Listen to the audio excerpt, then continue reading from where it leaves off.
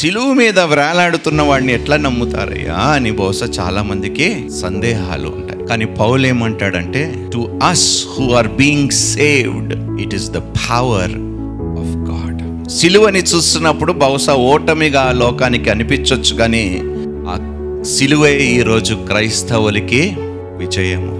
సిలువని మనము చూసినప్పుడు అది ఏమని తెలియపరుస్తుంది? ఓటమి కాదు, ఏమని? విజయము.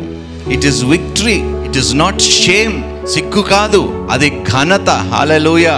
సిలువ కథకి ముగింపు కాదు, కథకి ప్రారంభము. దేవునికి మహిమ కలుగును గాక.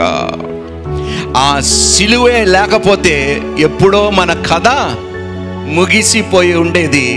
ఆ సిలువ వలనే ఈరోజు మన జీవితంలో ఒక నూతన కథను దేవుడు రచించి ఉన్నాడు. హల్లెలూయా.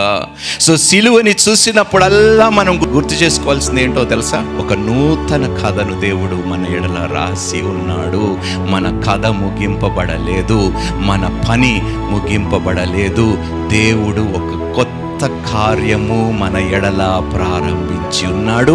ప్రారంభించిన వాడు ముగించే తీరుతాడు. దేవునికి మహిమ కలుగును గాక. హల్లెలూయా.